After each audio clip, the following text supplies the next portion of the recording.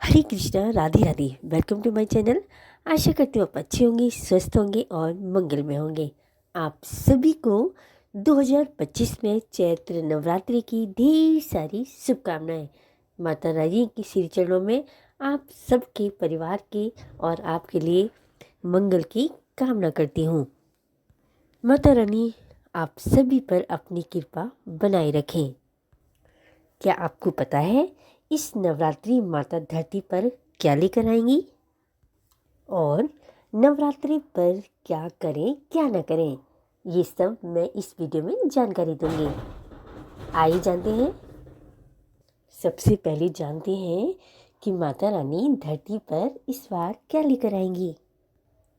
वैसे तो माँ दुर्गा का वाहन सिंह माना जाता है, लेकिन नवरात्रि में माता अलग अलग वाहनों पर पृथ्वी पर आती हैं।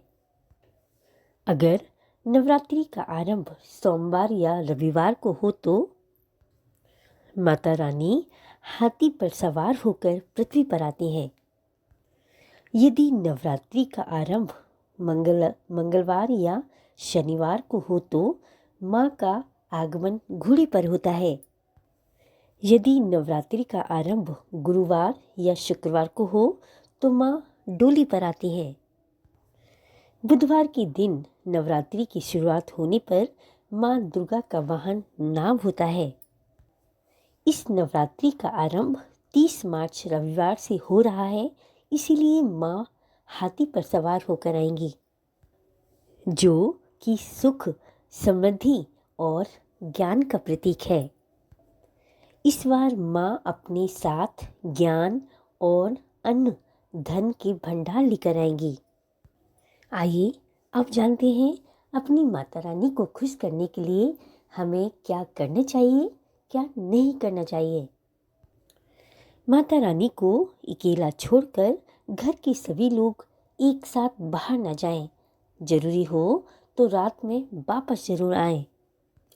सूर्य अस्त के पहले कपड़े चेंज करके भजन, कीर्तन, भोग और आरती अवश्य करें। इन 9 दिनों संभोग नहीं करना चाहिए।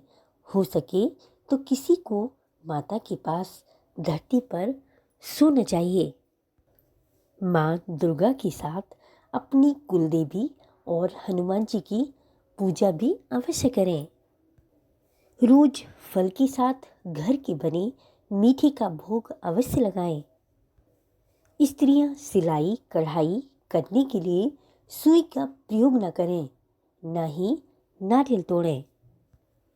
मासिक धर्म में स्त्रियां अगर शुद्ध हों तो 5वें दिन माता की पूजा कर सकती हैं। आइए अब जानते हैं माँ को हर दिन हमें किस चीज़ का भोग लगाना चाहिए।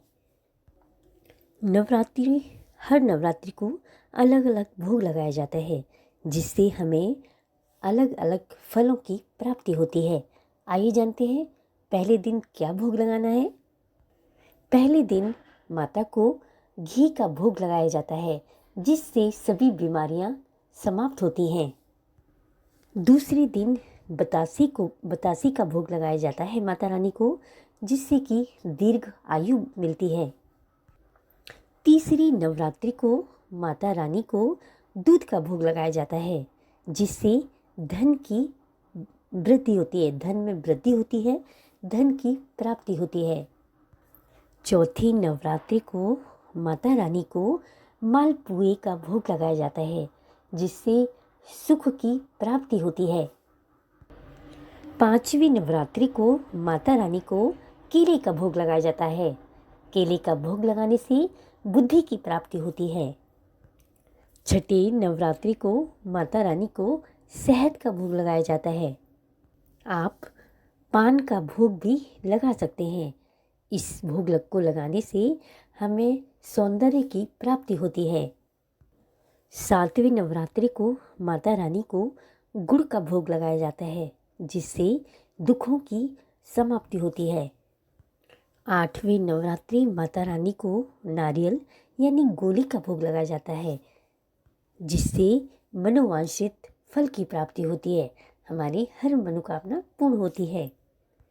नौवीं नवरात्रि को यानी नौमी वाले दिन माता रानी को हलवे और पूरी का भोग लगाया जाता है। चना हलवा पूरी का भोग लगाया जाता है।